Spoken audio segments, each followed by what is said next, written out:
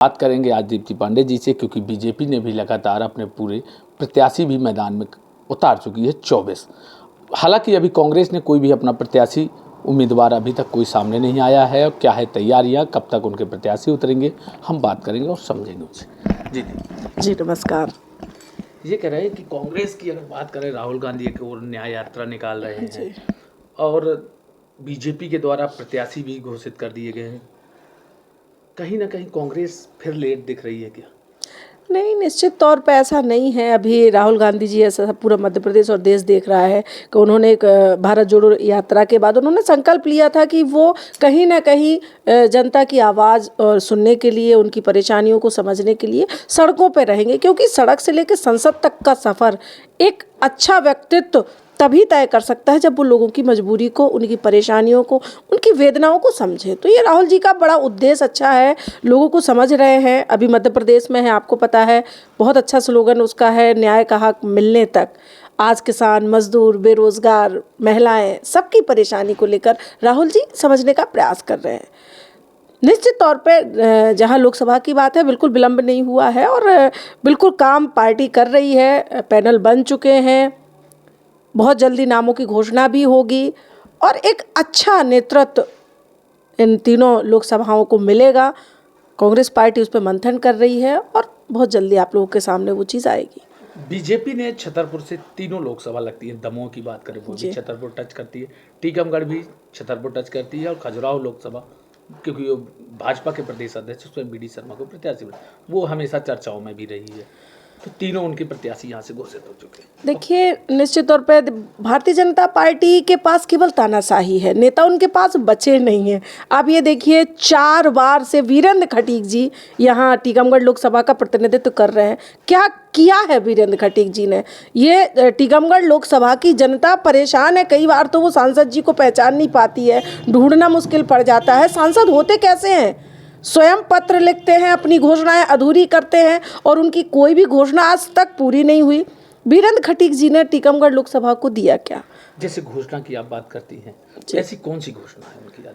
कई फ्लाईओवर की घोषणा उन्होंने की है जो पूरी नहीं की है। वो कुछ भी हमें नहीं लगता सांसद कैसे होते हैं। खजुराहो का सांसद कैसा होना चाहिए, टीकमगढ़ का सांसद कैसा होना चाहिए, दमोह का, इवन छतरपुर में सांसद ने क्या किया, अगर किसी को समझना हो तो सत्यव्रत चतुर्वेदी और विद्यावती चतुर्वेदी को पढ़ना पड़ेगा, उनको समझना पड़ेगा सांसद कैसे होते हैं। आज आकाशवाणी से लेके NTPC से लेके सिंचाई योजनाओं से लेके जितनी भी छतरपुर को सौगातें मिली हैं वो संसदीय कार्यकाल में सत्यव्रत चतुर्वेदी और मम्मी विद्यावती चतुर्वेदी के कार्यकाल में मिली हैं। रही बात BD शर्मा जी की, तो लगातार क्या इनका भारतीय जनता पार्टी के पास खजुराहो लोकसभा का कोई ऐसा व्यक्ति नहीं है जो खजुराहो लोकसभा से संबंधित हो, जो उनकी बात समझ पाए? एक बार मैंने क्वेश्चन कर दिया था, BD शर्मा जी बड़े बौखलाए थे, उनको अपने ही संसदीय क्षेत्र की घटनाएं पता नहीं थी। अगर देश प्रदेश से बाहर कोई घटना होती है तो भारतीय जनता पार्टी के लोग झंडा लेके पहुंच जाते हैं उन घटनाओं के खिलाफ, कभी किसी के खिलाफ। अपने ही कार्यकाल में, अपने ही क्षेत्र में घटनाओं पर ये बात नहीं करते। आप अभी देखिए, आपने शायद देखा हो, सोशल मीडिया के माध्यम से बड़ा चला है, विधानसभा गूंजी है छतरपुर में। मध्य प्रदेश में बीजेपी की सरकार होने के बाद, बीजेपी की नगर पालिका होने के बाद, बीजेपी के पदाधिकारी बैठे होने के बाद, बीजेपी का मुख्यमंत्री होने के बाद, बीजेपी की, भारतीय जनता पार्टी की हमारी ऊर्जावान बहन, हमारी सदर विधायक ललिता यादव जी प्रश्न उठाती हैं नगर पालिका छतरपुर के फर्जी विकास की घोषणा, फर्जी विकास की कलई खुद खोलती हैं। तो जैसे उनने प्रश्न उठाया था विधानसभा में, तो उनका ये कहना है कि बड़ा गरीबों के साथ छलावा हुआ था। किसने किया? किसने किया छलावा? भारतीय जनता पार्टी के कार्यकाल में हुआ। भारतीय जनता पार्टी के नुमाइंदे जो बैठे थे, जिनको जनता ने चुना था, उन्होंने किया। किसने किया? ये प्रश्न उठाया गया है। तो आप स्वयं सोचिए, ललिता यादव जी से, प्रज्ञा ठाकुर जी से मध्य प्रदेश के लोगों को तो सीख लेनी चाहिए। प्रज्ञा ठाकुर जी का टिकट कटा, उन्हें शराब की बदबू आने लगी। आप देखिए, उसके पहले शराब की बात नहीं हुई।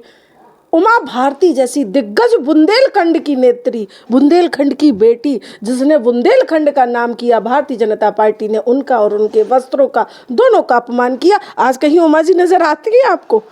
उमा जी की घोषणाएं नजर आती हैं आपको? एक चीज और हमारे मन में, जैसे उमा भारती जी का खजुराहो लोकसभा सीट, पहले कांग्रेस सत्यव्रत चतुर्वेदी, ये शायद है कि 1991 उनका लास्ट चुनाव था, या 99। जी। उसके बाद से उमा भारती ने वहाँ जाकर अपना एक वर्चस्व बनाया और लगातार संसदीय क्षेत्र उनका उमा भारती का गढ़ भी खजुराहो कहा जाता था। तो उसके बाद उमा भारती जी को एकदम से बीजेपी देखिए, भारतीय जनता पार्टी के लोग कभी ये पसंद नहीं करते हैं कि उनके खिलाफ कोई बात हो। उमा जी हुई, नितिन गडकरी जी हुए, ये जो जिन्होंने बीजेपी की आधारशिला रखी है या जो उस विचारधारा से परिपूर्ण नेता हैं, जो सत्य भी कभी कभी बोल देते हैं। तो पार्टी में आज का युग, भारतीय जनता पार्टी में तानाशाही का युग है, केवल और केवल मोदी जी का युग है और कुछ नहीं है। मोदी जी के आगे सब शांत है। आप देखिए ना, शिवराज सिंह के साथ मुझे स्वयं लगता है कि ये जो लाडली बहनें बैठी हैं वो कितना रोई हैं। लाडली बहनों के साथ छल है। शिवराज सिंह को एक कोने में बैठा दिया, शायद ईडी का डर उनको भी सता गया होगा। वसुंधरा राजे को देखिए, महिलाओं का सम्मान, बेटी पढ़ाओ बेटी बचाओ की बात करते हैं और वसुंधरा राजे को साइडलाइन कर दिया, उनको भी ईडी का पर्चा पहुंच गया। तो उन्होंने अपने जो फाउंडर हैं उनको एक किनारे कर दिया। मैंने नहीं पता, पर सोशल मीडिया में देखा लालकृष्ण आडवाणी जैसे लोगों को ये कह दिया गया कि माहौल ठीक नहीं है, आप कार्यक्रम में मत आइए। राम जन्मभूमि पर ये जो अपना गुणगान करते हैं, राम के नाम पर जो ये अपने को वोट लेने का काम करते हैं, ऐसे मजबूत नेताओं को इन्होंने घर बिठा दिया। अच्छा, अटल जी की अस्थियों पर इन्होंने राजनीति की। ये धर्म के नाम पे लड़वाते हैं, धर्म के नाम पे राजनीति करते, गुमराह करते हैं देश को। हिंदू मुसलमान के साथ अब हिंदुओं में भी बांटने का प्रयास हो रहा है। धर्म दिखावे का विषय नहीं है, राम तो आस्था है, राम विश्वास है, उनके साथ भी ये राजनीति चल रही है। बीजेपी के जैसे तीनों प्रत्याशियों के नाम आपको भी, तो कांग्रेस से जो आपने कहा कि हमारा पैनल तैयार हो गया, कांग्रेस से एक अच्छे नेता आएंगे, तो क्या संभावित नेता कुछ नहीं? पैनल तैयार है, अभी ये पार्टी का अंदरूनी मामला है, कई लोगों के बायोडाटा हैं, कई लोगों पे काम चल रहा है। तो ये जो पर्यवेक्षक आए हैं उन्होंने अपनी रिपोर्ट दी है, लोकल के लीडर्स ने अपनी रिपोर्ट दी है। तो जब सारी रिपोर्ट्स पे मोहर लग जाएगी और पार्टी मंथन करेगी, और निश्चित तौर पे आप लोग निश्चिंत रहिए, टीकमगढ़ खजुराहो और खजुराहो तो आपके यहाँ से चला गया ना, उस सपा के गठबंधन हो गया। फिर भी गठबंधन है, नेता आपको बहुत अच्छे मिलेंगे, नेतृत्व करने की जिनमें क्षमता होगी वो नेता मिलेंगे। और मैं आपको बताऊं, ये दौर बड़ा संवेदनशील है। इस दौर में आज आवश्यकता है कि लोगों को गरीबी से मुक्त, आप ये देखिए ना, किसानों की हालत उठा के देखिए, कितने ओले गिरे हैं। कोई आवाज़ आती है? नहीं आती है। लोगों ने, किसानों को ईश्वर ने भी कहर दिया है, आपने कीलें दी हैं।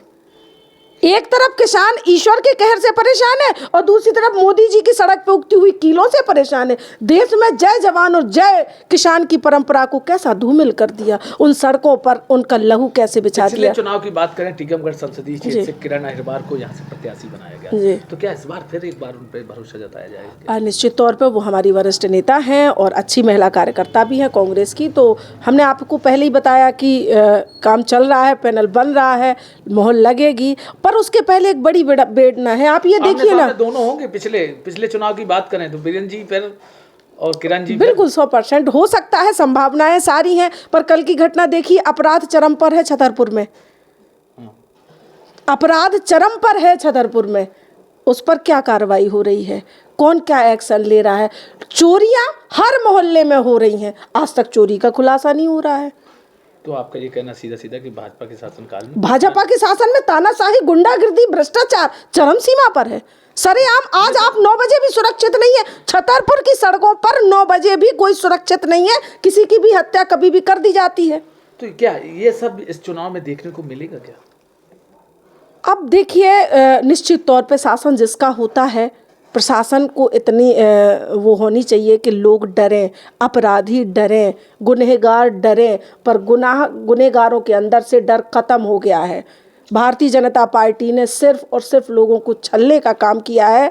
उनके आप मीडिया पे देखिए, अंबानी की तो पूरे दिन आप सोशल मीडिया पे देखिए, अंबानी की शादी, अरे वो किसानों की सड़कों की कीलें। हमारा राष्ट्रीय मीडिया, लोकल मीडिया बहुत सपोर्ट करता है। आप लोग बिल्कुल पक्षधर हैं, ना कांग्रेस के हैं ना बीजेपी के, आप जनता के पक्षधर हैं। लेकिन नेशनल मीडिया कहाँ है? किसानों की आवाज़ नहीं उठाता, कीलों की बात नहीं करता। ये एक बड़ा गंभीर और चिंतनीय विषय है, चौथा स्तंभ है। और आज जिस तरीके से मोदी जी ने देश को बर्बादी का जो कदम लगा दिया, मैं अब लोकसभा से कांग्रेस की कैसी तैयारी है आपकी? बिल्कुल कांग्रेस की तैयारी है। देखिए, कांग्रेस का ये मैं बिल्कुल निश्चित तौर पे कहूँगी कि बहुत संघर्ष का दौर है और वेदना का भी दौर है। संघर्ष से हमें डर नहीं लगता, क्योंकि कांग्रेस वो परिपाटी है जिसने देश को आज़ाद कराया। और सबसे बड़ी बात, देश को आज़ाद कराने के साथ देश में विकास की गंगा बहाने के बाद आज कांग्रेस को उन नव युवकों के या नव युवतियों के या नए लोगों के वो प्रश्नों का भी उत्तर देना पड़ रहा है। साथ में वो पूछते हैं, जैसे एक कहानी होती है एक परिवार की कि बाप दादा मेहनत करके पूरा घर बनाते हैं और नाती आके पूछता है कि क्या किया, और उन्हीं बाप का खेत बेच के वो कहता है कि देखो बाप ने कुछ नहीं किया, पर मैं 4 व्हीलर लेके आ गया। पर उसको ये पता नहीं जो खेत उसने बेचा है वो उसके बाप दादाओं की मेहनत की कमाई है। संघर्ष के साथ बिल्कुल संघर्ष का दौर है, हम करेंगे। कांग्रेस संघर्ष से नहीं डरती है, कांग्रेस परेशानी से नहीं डरती है। जनता के हित में, किसानों के हित में, मजदूरों के, बेरोजगारों के हित में, महिलाओं के साथ, महिलाओं के अत्याचारों के खिलाफ कांग्रेस काम करेगी। और निश्चित तौर पे हम ऐसा प्रयास करेंगे कि ये जो जनता के साथ जो छलावा और जो भ्रष्टाचार हो रहा ना हो। हम तरह की आवाज़ें भी उठाते हैं, धरने प्रदर्शन भी करते हैं। आप देखिए ना, किसानों के लिए जिस मूल्य की बात की गई थी, जिनके पोस्टर महिलाओं के लिए 3,000 के लगे थे, लाडली बहना को क्या वो 3,000 मिले? उन किसानों का जो समर्थन मूल्य इन्होंने कहा था घोषणाओं में, क्या वो किया? इनके घोषणा पत्र की कितनी घोषणाएं अधूरी है। इन पर ये बात नहीं करते, इन पर ये बात नहीं करेंगे। अगर कहीं अन्य प्रदेश में किसी के साथ कोई घटना हो जाए तो धरना देने बैठ जाएंगे, पर भारतीय जनता पार्टी के लोग खुद स्वयं किसान, क्या वो किसानी नहीं करते हैं? बीजेपी का कार्यकर्ता किसान नहीं है, उसे ओले और ये कीलों से राहत नहीं चाहिए, लेकिन ऐसे बंधे हुए हैं गलत के साथ। तो मैं कहती हूँ अत्याचार करने वाला कम और अत्याचार सहने वाला ज़्यादा दोषी होता है। तो आवाम को भी ये समझना पड़ेगा कि अब बदलाव का समय है। बदलाव का समय है बिल्कुल। लोकसभा में, क्योंकि विधानसभा में कुछ कर नहीं पाई कांग्रेस। नहीं, कांग्रेस ने तो बहुत कुछ किया, या हम कहें मशीनें कुछ नहीं कर पाई, या हम कहें कि धोखा या छल जीत गया, पर कांग्रेस ने तो, आप ये देखिए, फिर भी संघर्ष, गली गली में कांग्रेस थी, पर कहाँ गई?